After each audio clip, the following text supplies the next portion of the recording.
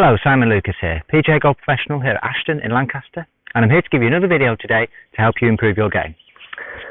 When I get a lot of people in for a lesson, one of the things that they say they struggle with is consistency of strike, okay, particularly when the ball's off the floor. And I think a lot of this is caused from what they're trying to do or what they think they should do with this golf club to get that ball in the air, okay. So I'm going to start off with a couple of examples that I see an awful lot. So a straight top,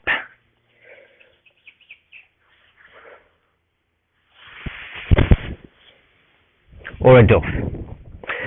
So when I ask them in a lesson, I say, what are you trying to do with this golf club? The first thing that they say, and this is where a lot of people go wrong, is they're trying to get this golf club perfectly underneath the ball. And that's really, really hard. The best players, or the best ball strikers, they don't always get it perfectly off the middle of the golf club, but they hit the ground in the right area.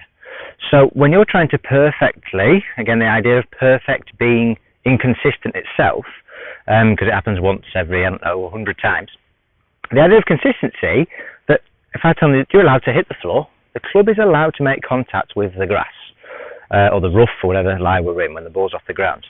What we want to encourage is it hits the ground this side of the golf ball. Now it takes them a little bit to get their head around the concept of, wait, I'm trying to hit the ground after the ball. And you say, well, you're not necessarily trying to, you're allowed to. And one thing that really helps in here, now I'm going to hit a couple of shots, I'm going to pop a little bit of a marker down of where the ball is.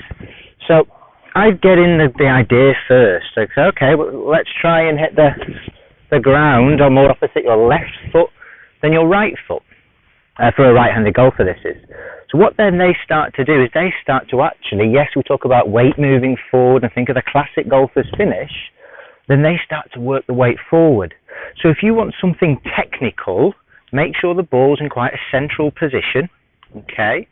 And they're really focused on letting the weight go into that lead side, okay? Because that often dictates or helps dictate where the club hits the ground. So for instance, especially see off this heavy one that I did before, the weight was more hanging backwards, okay?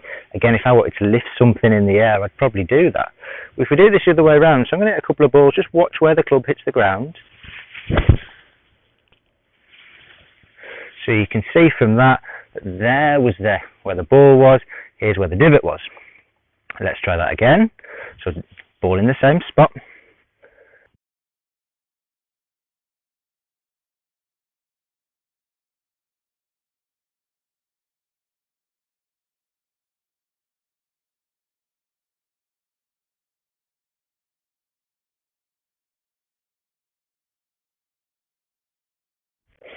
And again, ball was there, divot was there. Now, it's not something I train to try and do, but one thing that I find when people try to do this at first, they start missing the floor because they're training not to hit the floor when they do it this way around. But actually, if you pop a little bit or look at a blade of grass in front of the golf ball, really focus on trying to let the club hit it, you don't have to do all the crazy bits of advice that I hear people give, like keep your head down, slow your swing down, all the other stuff. Some rubbish advice out there, unfortunately. But you go, okay, you can hit that as fast, as slow, however you want.